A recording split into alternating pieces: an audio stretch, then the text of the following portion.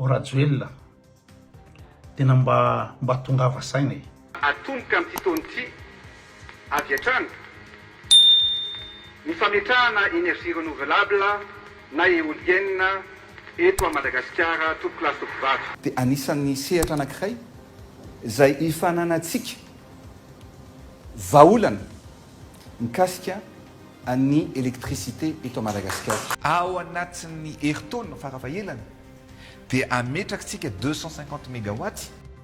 Mba manala ranga saina, mba manala ranga fanahy. Efa tena leo tanteraka ny fahatapahan'ny jiro sy ny rano ny vahoaka malagasy eto Madagasikara ankehitriny. Tsy misy izay tsy mikaikaika manoloana izany satria filana fototra ankehitriny amin'izao taona 2024 izao izany hoe fisitrahana jiro sy rano izany.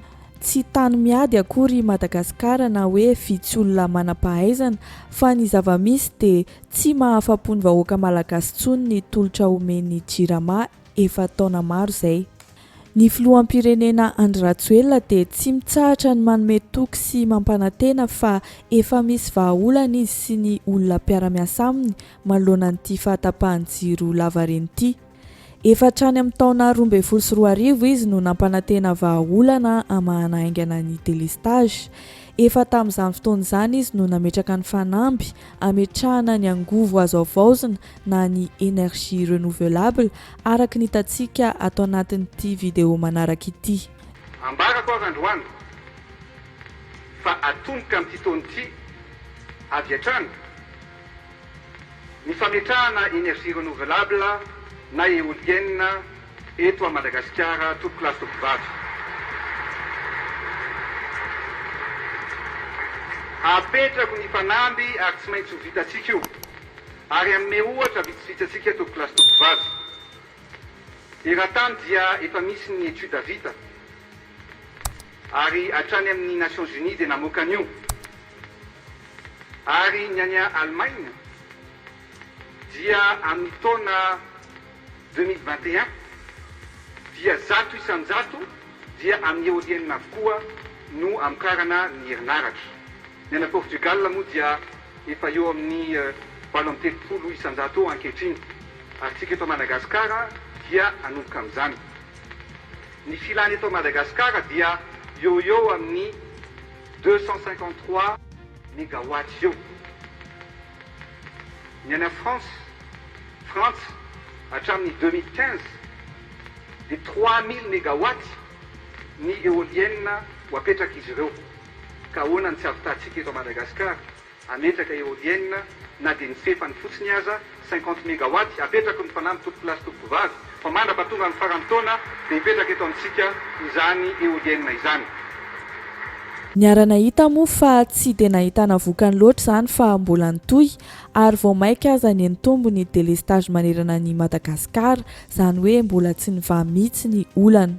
Rehefa nilatsaka ho kandida filoham-pirenena tamin'ny taona 2024 indray ny filoha Andry Rajoelina dia mbola tsy nitsahatra ny nanao fampanantenana indray ho an'ny vahoaka malagasy fa hamokatra herinaratra bebe kokoa ho an'ny Madagasikara.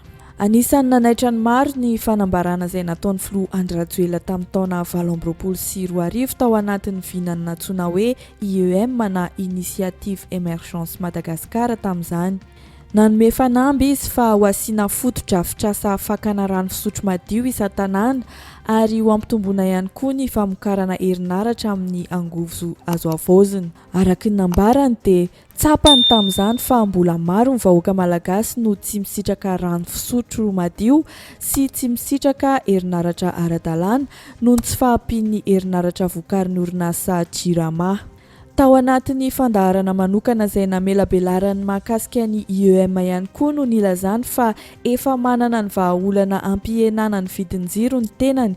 Raha henoina dia tena efa manana programa matipaika mihitsy ny filoha Andry Rajoelina tamin'izany taona 2024 izany. Satria efa vita fanadihadiana daholo ny zavatra rehetra mahakasika an'izany ary naverimberiny mihitsy fa efa manana vahaolana amin'izany izy ny ekipa miara-miasa aminy.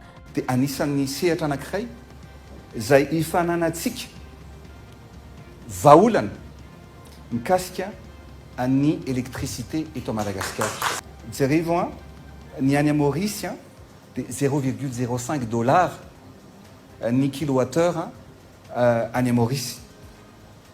Ny ao Afrique du Sud 0,4 centimes de dollars ny kilowattheure. Ny eto Madagascar misy zone 1, zone 2, zone 3 eto amintsika fa 0,25 dollars ny kilowattheure. Hitanao fa tsy afaka isy fahampandrosoana mihitsy eto raha tsy misy vahaolana hoentina aingana ao anatin'izany famokarana ny herinaratra eto a Madagasikara zany.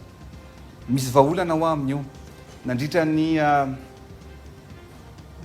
3 taona sy tapany no niarahako niasa tamin'ny General Electric. Ny General Electric dia io no mpamokatra herinaratra betsaka indrindra maneran-tany, orinasa amerikana izy io, ary efa nijery ny vahaolana rehetra zay, efa misy ny vahaolana hoentina amin'izany, ary efa hita ny vahaolana hoentina amin'izany abidinana ny herinaratra ary fantatra hoe toeranaiza ny asiana anazy ao anatin'ny fotoana inona ny anaovana an'izany. Raha tadidintsika ihany koa moa dia mbola no amafisin'ny filoha Andry Rajoelina izany tamin'ny adi-hevitra ny fanandrinana niaraka tamin'ny filoha teo aloha Marc Ravalomanana anampin'ny herinaratra vokarin'ny JIRAMA manerana ny Madagasikara. Tsy vitany hoe ampitomboana fotsiny ny herinaratra vokarin'ny orinasa JIRAMA fa mbola niteny ihany koa ny filoha Andry Rajoelina fa ho ahenany 20% ny vidin-jiro farafahakeliny satria efa tamin'izany ihany koa ny vidin-jiro no niakatra tsy zakan'ny vahoaka madinika. 400 mégawatts ny famokarana herinaratra napetraky ny tondra rehetrarehetra ny fandimby teto Madagasikara.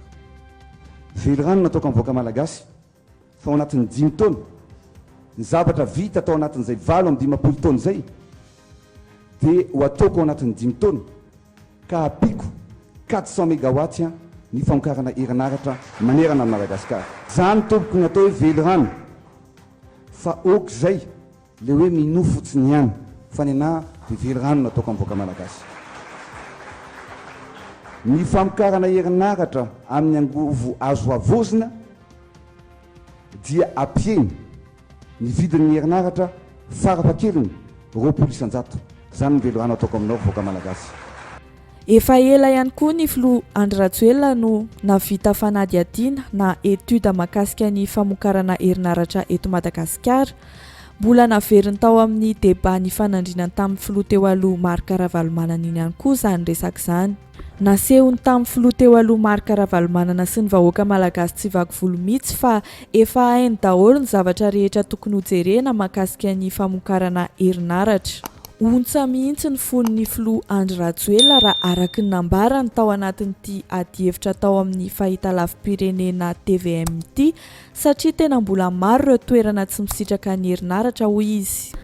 Ny anay ny etude efa vita hatramin'ny ela président Ravalomanana. Tsy hoe vao atao fa efa vita. Mba fantatry président Ravalomanana ve hoe firy ny puissance électrique azo avy amin'ny hydroélectrique eto Madagasikara? Fantatry hoe firy mégawatts ve? 200 000.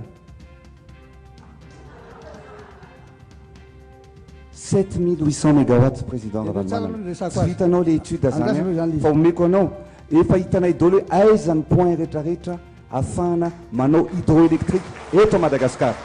Rehefa nanao fampelezan-kevitra dia ontsany foko nalahelo satria nijery be dia be ireo toerana mbola tsisy herinaratra, tsy misy JIRAMA. Ny na vahaolana ho taterahana. Za tsy tahitaitra, za moa TGV mandeha angena be dia tsy araky ny sasany zavatra teneniko sy ny zavatra ho ataoko dia lazainy hoe tahitaitra.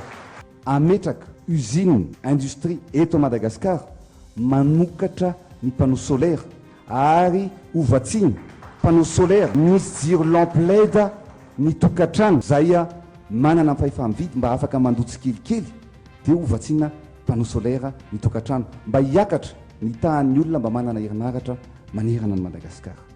Ontsy loatra ny foko ary anampy ianao ry vahoaka malagasy. Nandeha teny foana nefa ny fotoana ary ny sesisesy teny foana ny vahaolana mba hanaroso ny fitondrana toy ny fametrahana ny tetikasa branchement mora ahafahan'ireo tokantrano misitraka fampidiran-jiro maimaim-pony.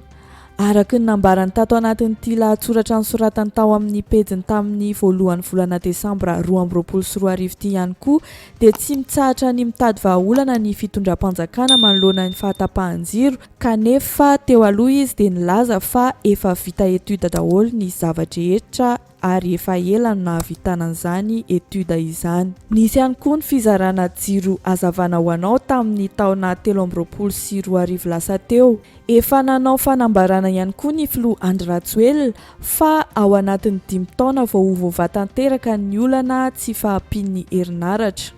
Tsy arakaraky ny zavatra nambarany tamin'ny taona 2024 na ihany koa ny taona 2022. Amin'izao fotoan'izao tsika dia efa miditra amin'ny 3 volana farany ato anatin'ny taona 2024. Ny hita dia tofoka tanteraka ny vahoaka malagasy. Ny eto Antananarivo moa dia efa midina an-dalambe mihitsy maneho amin'ny fitondram-panjakana fa efa tena leo tanteraka. Hatramin'ireo mpiasa ao amin'ny fitondrana sasantsasany ihany koa dia efa naneho hevitra foana fa leo ny jirama, kanefa vao maika mahery vaika ny fahatapahan'ny jiro sy rano ankehitriny na dia efa nisoloana vazaha ny mpitantana ny jirama. Dia eo raha teo ihany koa ny fampiakarana indray ny vidin-jiro sy ny sazy omena ny vahoaka malagasy raha tsy mahavoaloha vidin-jiro alohan'ny fotoana ny faritan'izy ireo ihany.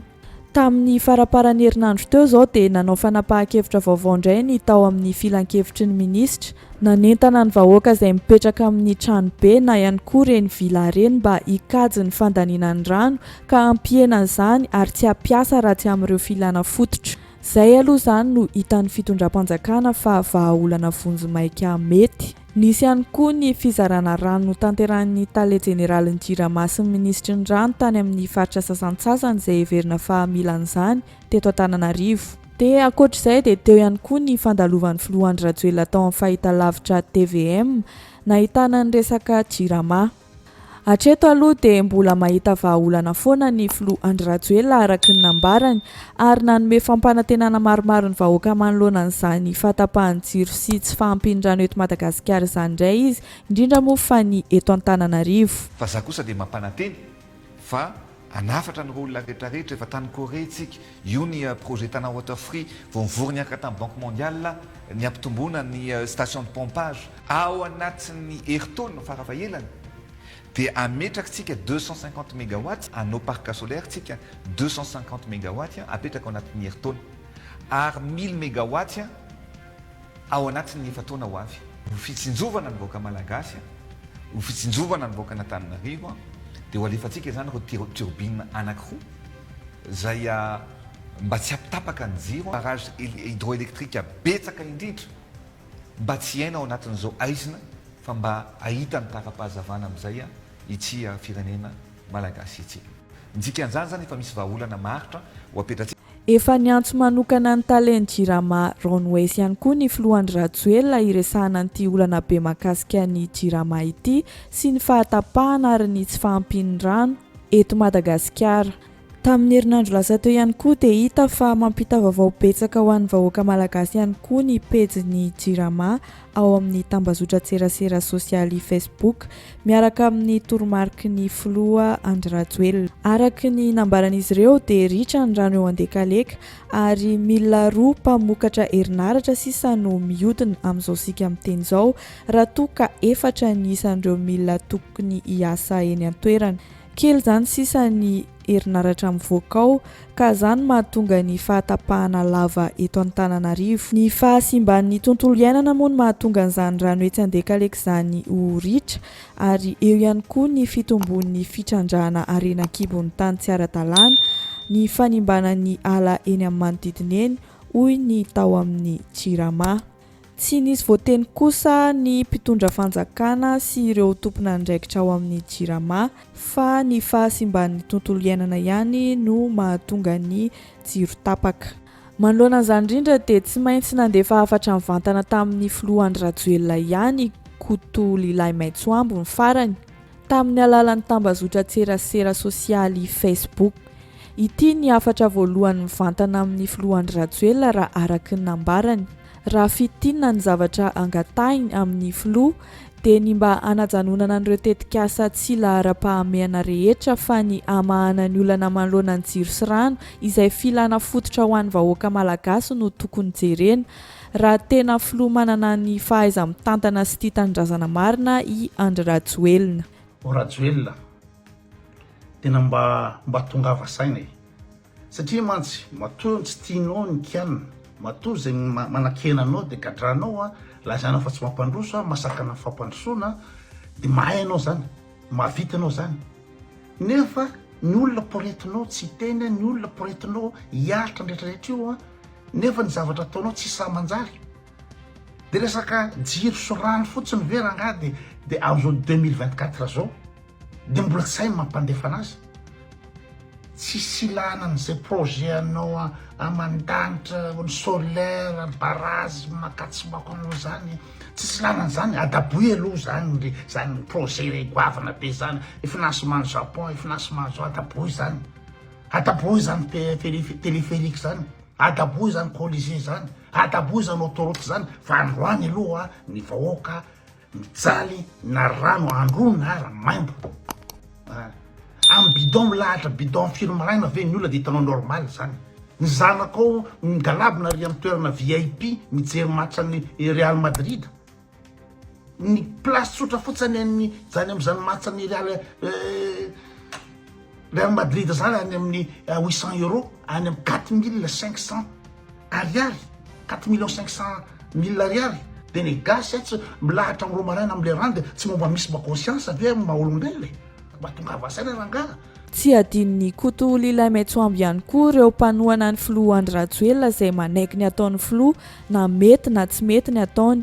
Efa hita fa tsy misy rarahin'ny filoha Andry Rajoelina izay efa mizaka ny zoom-pirenena frantsay any Madagasikara hoy koto Lilay Metsoamby fa ny taranaka faramandimby aty aoriana izay hijanona eto Madagasikara ihany no potiketo. Indrindrandrindra koa nareo le manohana ny Andry Rajoelina reo. De nareo reo va de tsy mahatonga saina mihitsy hoe mpiray tanindrazana aminareo ny omaniamany ao. Tsy tonga saina mihitsy rehefa de mahazo toerana kely atsy député, mahazo toerana kely atsy ministre fitsarana, mahazo toerana kely atsy be tanàna, mahazo toerana de zay de mampilamina ny mieritreritra reo. De nareo zany tsy mieritreritra mihitsy hoe olona telopolo tapitrisa ny manenganina Madagasikara ao. Tsy sarahiny Andry Rajoelina zay Madagasikara. Fa nareo le manohana azy kosa de efa mba tsy rariny. Tsarany satria iny zanaka ambanjafinareo ny aina amin'ny Madagasikara potika io. Mba manala rangaha saina, mba manala rangaha fanahy, mba manala falahy. Io ve de mbola lazaina fa mandroso Madagasikara, tena Andry Rajoelina tena inona zany mampandroso Madagasikara mihitsy. Andry Rajoelina tena efa miezaka, efa manao inona Andry Rajoelina. Firy taona izy ny teo. Mba jereo hoe farafaratsiny mba le rano sy jiro fotsiny aloha. Rano sy jiro fotsiny mba angatahana, zay fotsiny. Dia izay indray no mamarana ny video antsika androany. Mankasitraka antsika rehetra ny haino hatramin'ny farany. Aza adino ny misabone sy manao j'aime ny video dia amin'ny manaraka indray.